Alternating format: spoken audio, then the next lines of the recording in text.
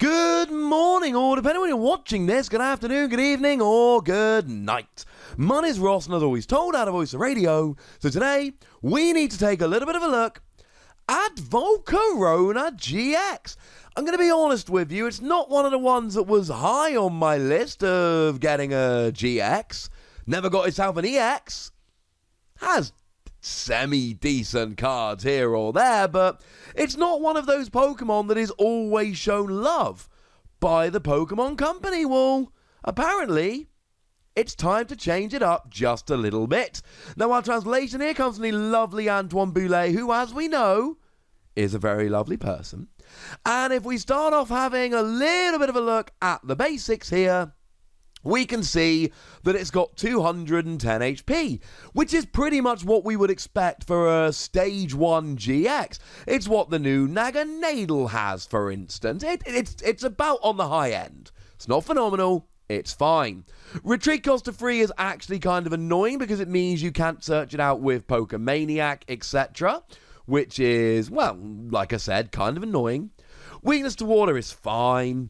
We see Caldeo GX running around in a few lists at the moment, but it's not a particularly widely played typing. And being a fire Pokemon is awesome.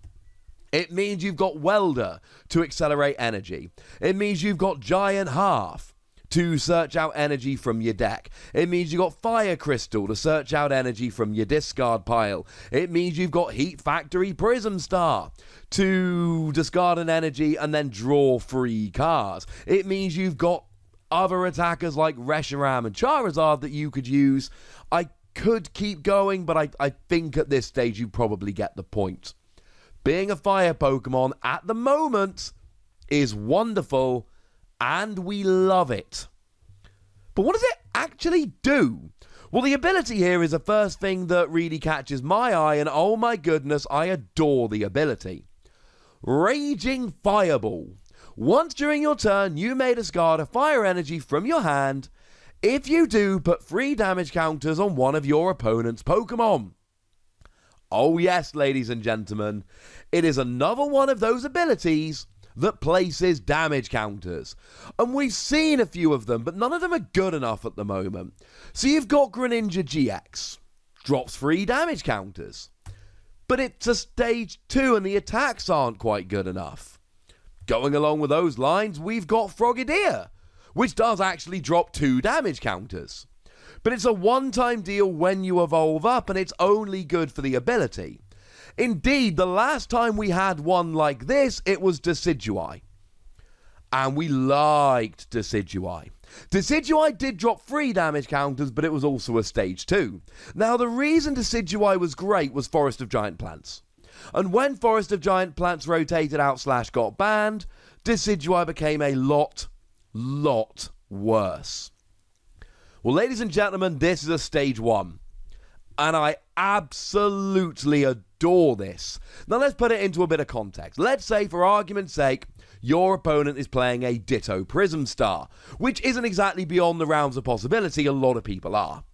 Now let's say you're going first. You go first, and you get yourself a couple of Larvesta, or maybe even your own Ditto Prism Star.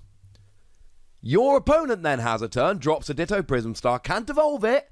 You cannot evolve a Pokemon the turn you put it down, unless there's some other special rule going on. It goes to your turn. You are allowed to evolve. You evolve both your Larvestas up into Volcarona. You KO Ditto Prism Star. You already get a prize without even having attacked, and your opponent loses their Prism Star Pokemon. It's a Prism Star. It goes to the Lost Zone. It doesn't come back. There are plenty of 60 HP Pokemon out there at the moment, like, for instance, Pidgey. But what's really cool is even when Pidgey evolves, it evolves into Pidgeotto. And Pidgeotto is good. We saw Pidgeotto played with Oranguru decks at World. We saw Pidgeotto played with Beheeyem decks at World. And with the format we're in at the moment, you can expect it to be played in a whole bunch more decks going forward, and that doesn't evolve any further. 3 of these abilities, down goes Pidgeotto, you get an extra prize, your opponent loses their consistency Pokemon, life is good. Now, the other thing is this allows you to hit the numbers. So let's say, for argument's sake, your opponent is playing Pikachu and Zekrom and you're playing Reshiram and Charizard. Yeah, you're 10 damage short of a KO. We saw people at Worlds, people who did very well at Worlds, playing Shrine of Punishment just to get the extra 10 damage on there. Yeah, you don't need to do that anymore. You can use Volcarona. This is phenomenal. In a format where we don't have Choice Band to do extra damage, and in a format where we don't have Professor Kukui to do extra damage, this is nuts. It's amazing. Now, it is a GX, and it is sitting on the bench doing the extra damage, and we are going to have Great Catcher, which is just an automatic gusting effect for a GX Pokemon, and it means it is sitting on the bench potentially giving up 2 prizes, but it's got 210 HP. Naganadel is often sitting on the bench giving up 2 prizes. We don't care about that, because it's got 210 HP. And it provides enough value, and if they're going after that, they're not going after your main Pokemon. In a format where we're willing to play Dedenne, we are certainly willing to play this. Great for hitting the numbers, great for KOing evolving Pokemon. Evolving Pokemon already have it pretty bad because people have worked out that Espeon and Deoxys's tag team GX attack is actually really good for taking out evolving decks. This is only going to make things worse. Or better if you're playing Volcarona. Now, as for the attack, free energy, 160. Return 2 fire energy from this Pokemon to your hand. You don't discard them, you put them back into your hand. Is this fine? I mean, free energy 160 is a weirdly kind of standard thing. We see this on Zero Aura. It's not going to KO that many GXs, but to be fair, you will be getting Jirachi and you will be getting Dedenne, and they do see a fair amount of play, so that's kind of good. But then you're 2-hit KOing everything else. There's a couple select GXs you'll KO. You'll KO the vast majority of non-GXs, and then the rest of the GXs and all of the tag teams, you'll be getting a 2-hit KO. And that's all right. I'm totally okay with that. And in terms of getting the energy on, it's fine. You got Welder. Welder attaches 2 energy. We've also got Red and Blue Tag Team, which I looked at earlier today, link in the description. And Red and Blue Tag Team allows you to search your deck for a GX that evolves from one of your Pokemon and evolve into it.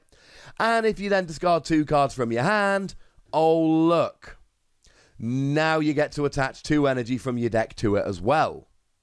See where we're going with this? You've already got as soon as you evolve it up, you've already got 2 energy on there, which means that you only need to add 1 for your turn and you're already attacking. And as for the fact that it returns energy to your hand, that's amazing because of Welder. Welder attaches 2 energy from your hand to one of your Pokemon and draws 3 cards. You need the energy in hand for Welder. This puts the energy in your hand. It is absolutely brilliant and we love it.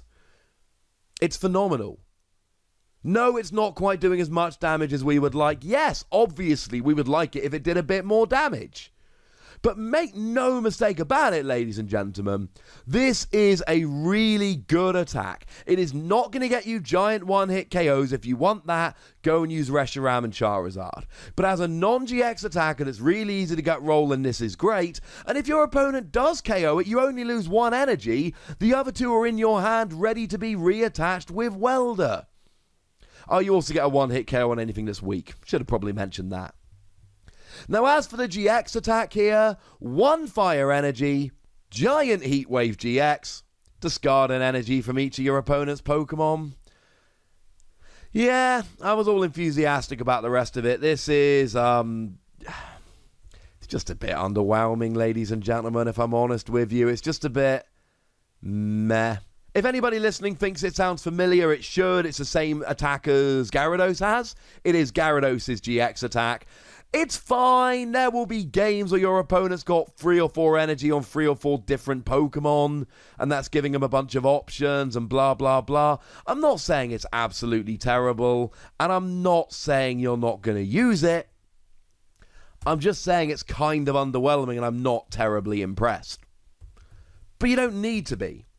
The ability is great, and on a stage 1, and we've not had it on a stage 1 for a while, and I think that's what a lot of people are going to sleep on when it comes to this card.